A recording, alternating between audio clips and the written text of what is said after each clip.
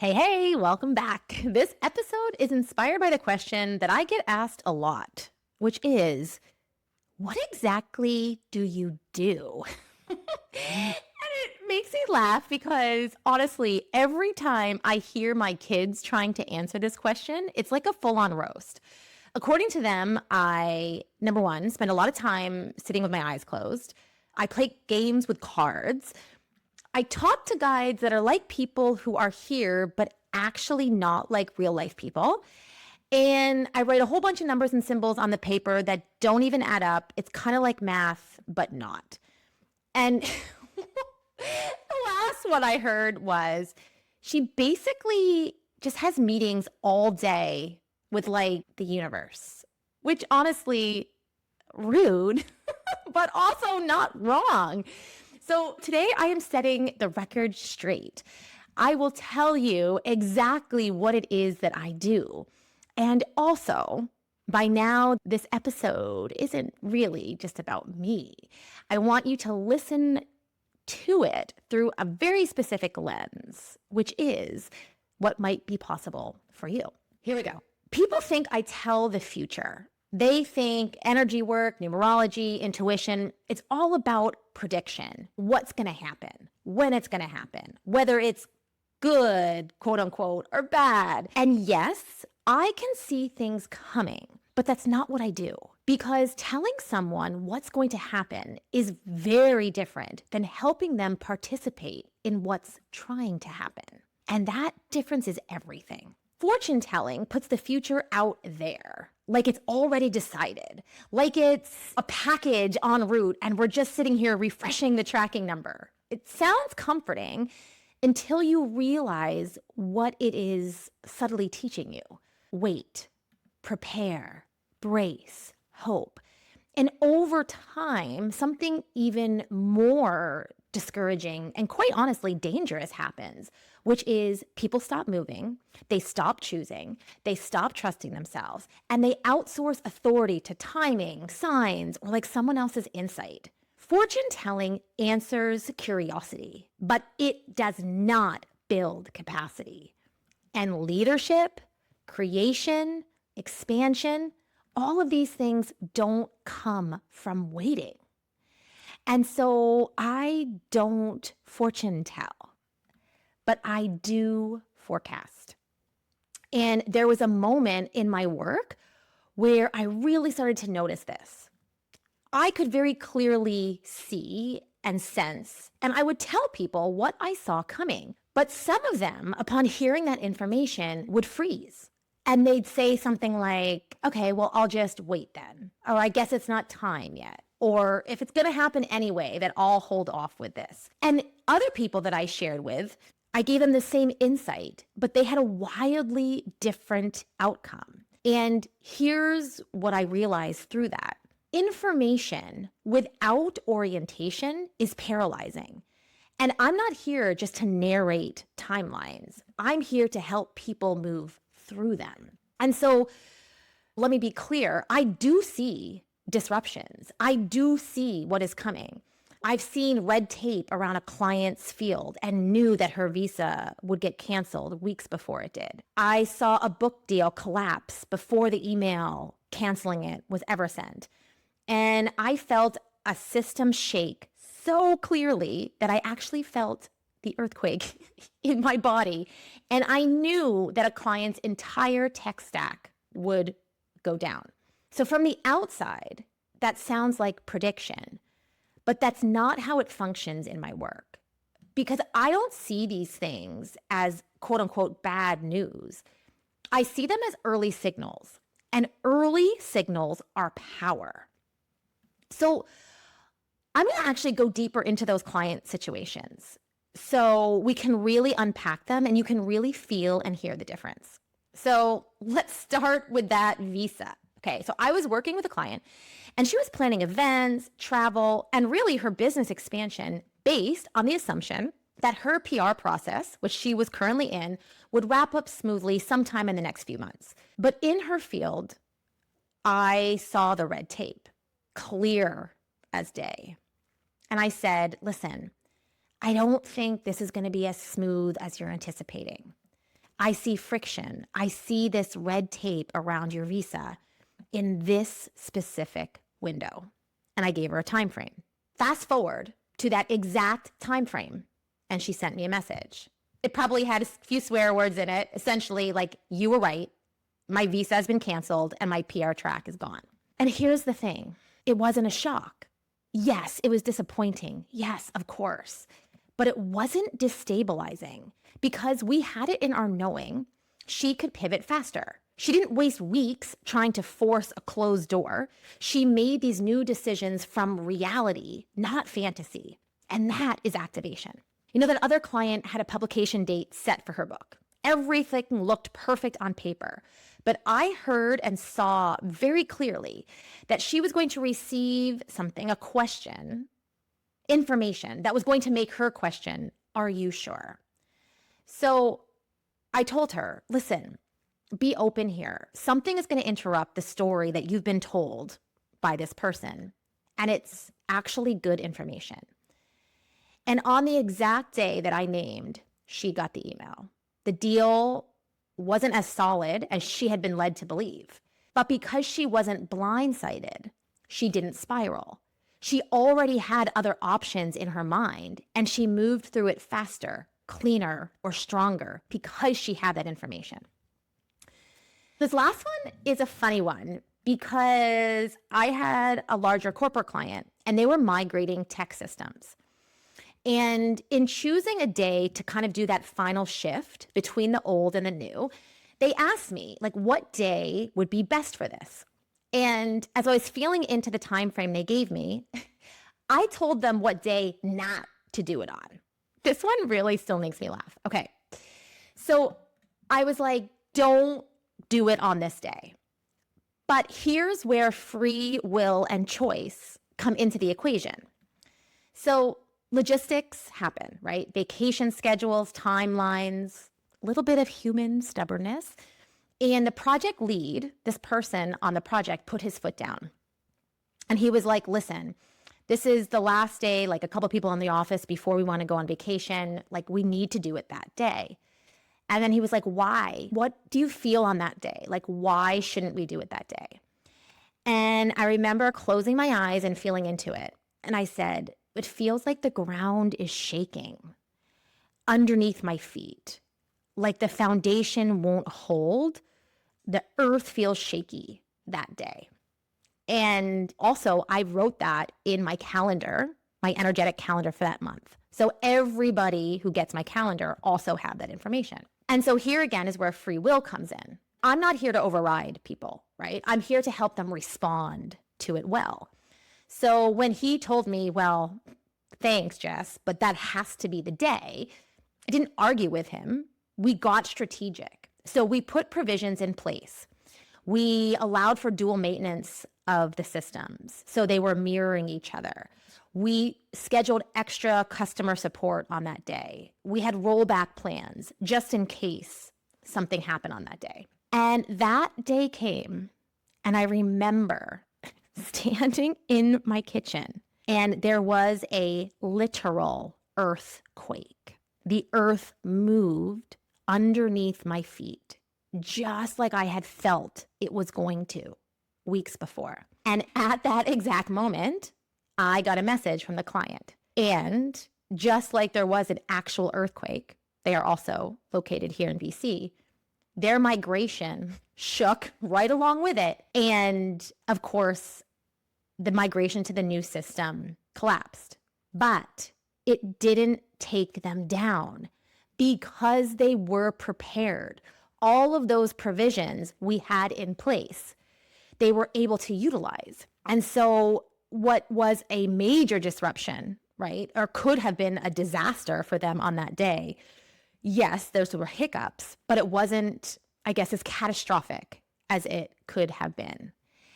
And I laugh because the very next meeting, I didn't tell them, I told you so, but the energy was definitely in the room.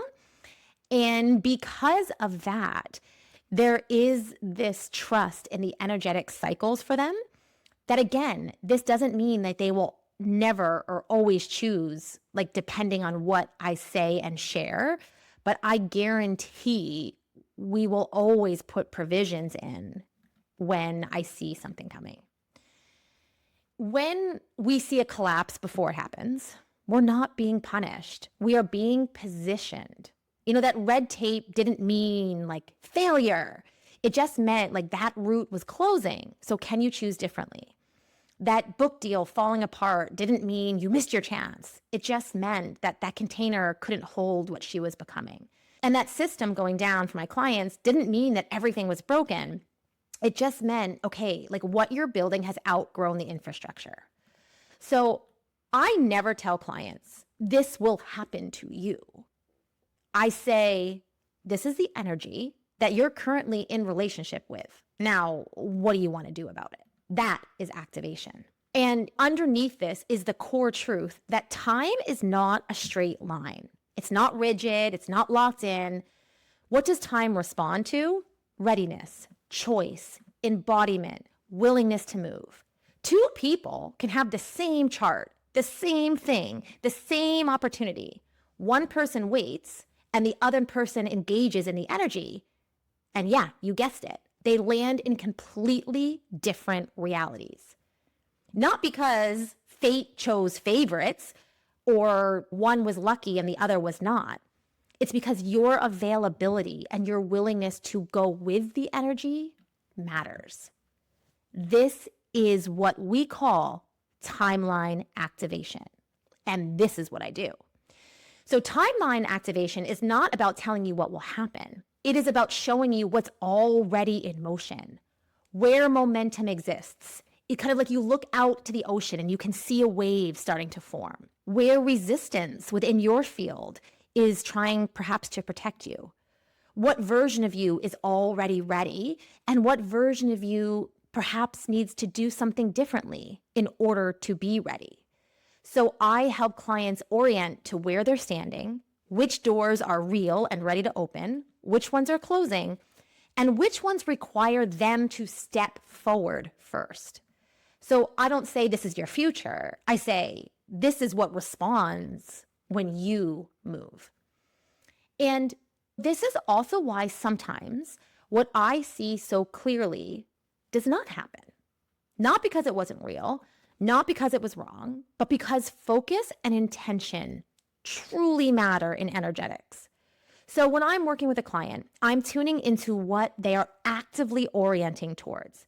So if a client comes in with a clear intention, so let's say finding a partner, finding a romantic partner, that desire for me becomes the focal point because that is what they want. So that is the timeline I am reading. That is the thread I am following. And that's what I am moving closer and closer to them. But we know that timelines aren't static.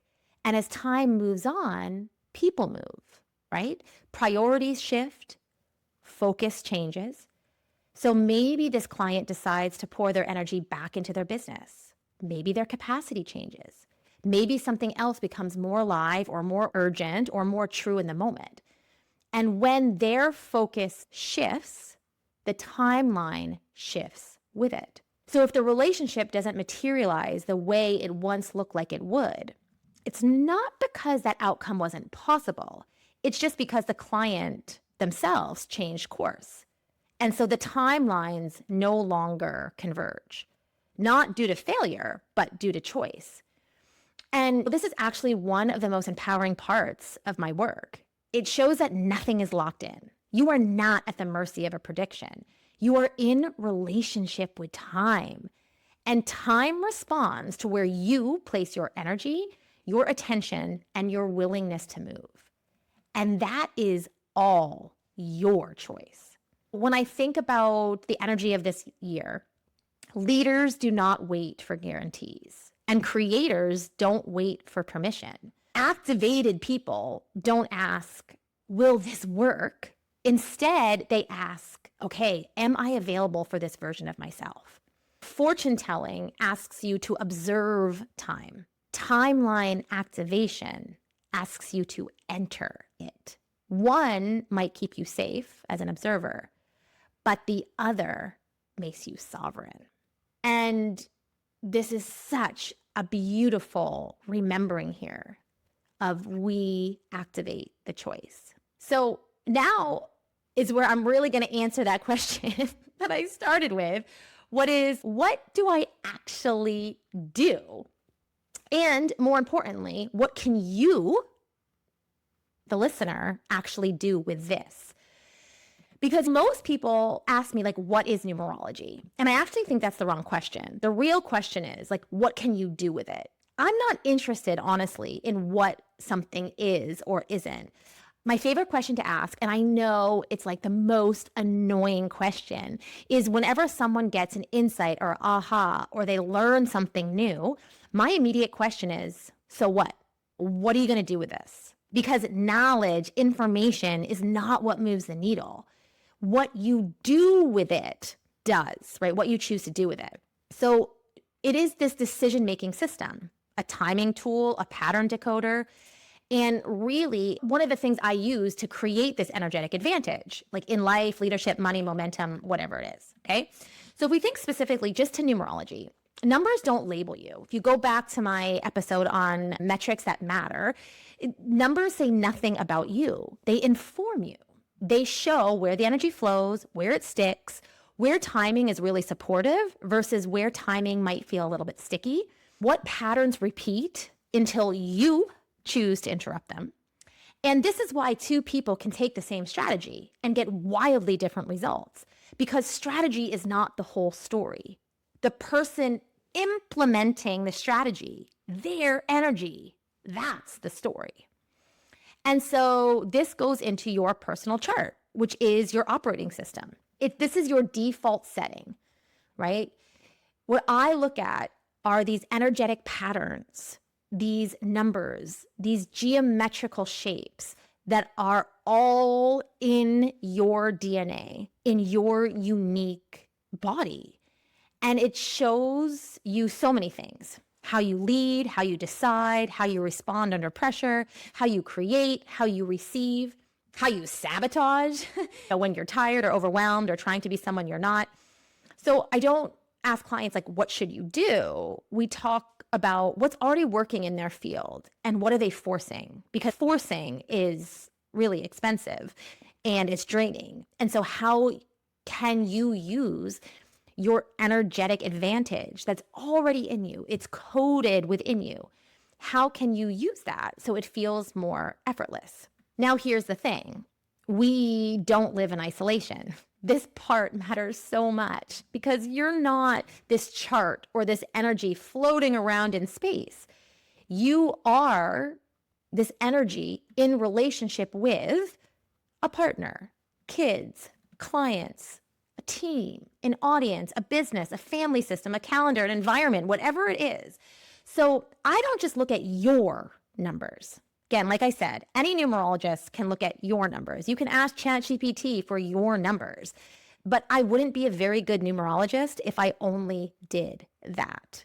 I look at your numbers and your energy beside other numbers. Side-by-side charts change everything, because suddenly we can see, if we're looking at two people, why communication breaks down, why one of you moves fast and the other person needs a bit more space, why one person processes emotionally and the other processes logically, why you might be doing the same thing but landing totally differently, what each person needs from each other. And this is where relationships get easier, right? Not because people change overnight, but because you finally understand the operating system you are dealing with in the other person. And when I just think of a specific example here, when we look at the Pythagorean chart, we have these seasons of 9 years. And in these seasons, there are two very important energies at play. The first is the peak. This is what we are really striving for. This is most important to us. This is our dharma, our work in this lifetime. And the second data point in this season is the valley. And this is our challenge, what really is frustrating us during this time period as we work to achieve our goals. And I laugh because in my last season, I had a specific peak. that I was working towards, and I knew it. And the funniest thing happened is when I noticed friction within a relationship, I went to my husband's chart and I saw that the exact thing that was so important for me to achieve was his literal valley. It was his frustration. And once I saw that, I was like, okay.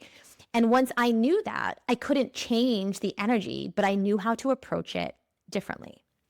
And yes, of course, we use this in business also. Between a founder or a CEO and the team, between your brand and your audience, between you and your offer, anytime two energies are connecting, we have to look at how these two energies go with each other. And yes, you and your ideal client. The second part of this is timing. And timing is energetic. So, and I really don't play in just launch it in quarter one. That is not helpful for me. We get much more precise in my world. So we look at personal day numbers, month and yearly cycles, universal energies, again, how your chart is interacting with a collective timing. And the same action on two different days does not land the same. I promise you. There are specific days to pitch, to rest, to decide, to have that hard conversation, to launch, renegotiate, be visible, build. Many times when clients come to me, the problem is not what they are doing. It is when they are choosing to do it. And that's why timing for me is everything and has to be part of the conversation. And we talked about relationships with other people, other energies, but the other thing we look at is numbers of places, of locations, right? So we can look at home addresses. We can look at your business name. We can look at offer names, right? If numerology is a language, which it is, language plays a huge part in the energetics. So each number corresponds to a specific letter in the alphabet. And because of that, the words that we're choosing to use also have energy. Because if the container isn't aligned, energy leaks, no matter how good the strategy is. So why does any of this matter? Is it just fun? Sure, it's fun. But it is so effective and impactful because this is the difference between positioning and pushing, hustling and aligning, waiting and activating, hoping and leading, right? I'm not here to predict your life. I'm here to help you feel where it is already moving and decide if you are willing to meet it. The future is not waiting for you. It is waiting with you. And the moment you stop asking, what's going to happen? And start asking, okay, what's asking me to move here? And what is the best move I can make and when? Everything changes. So I hope this episode at least started to answer the question, what is it that I actually do? But more than that, I hope it really gives you this felt sense of what is possible when you stop waiting for the future and start relating to it differently. Because this work, again, is not about being told what will happen. It's about learning how to listen, how to orient, and how to move in a way that creates momentum instead of friction. And in all reality, I think the best way to understand this work isn't to hear me talk about it, it's to experience it.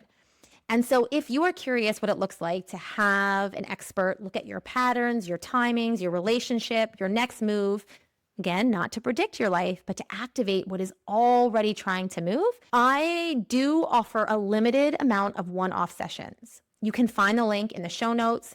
This is for new to me only people. And because you're here, because you listened, because you're podcast people, you can use the promo code podcast for a special rate off a one-off session. If this episode stirred something in you, pay attention to that. That nudge, that niggling, that stirring inside is usually where the timeline is already responding. Okay, so now it's time to go back to my other work, which is playing with cards, talking to people with my eyes closed, and having meetings with the universe, my personal favorite. Thank you for listening. Thank you for being here. Thank you for being curious. And thank you for making an investment in your future, because that is exactly what you're doing anytime you open yourself up to work more with your energetic advantage, not against it. See you next time.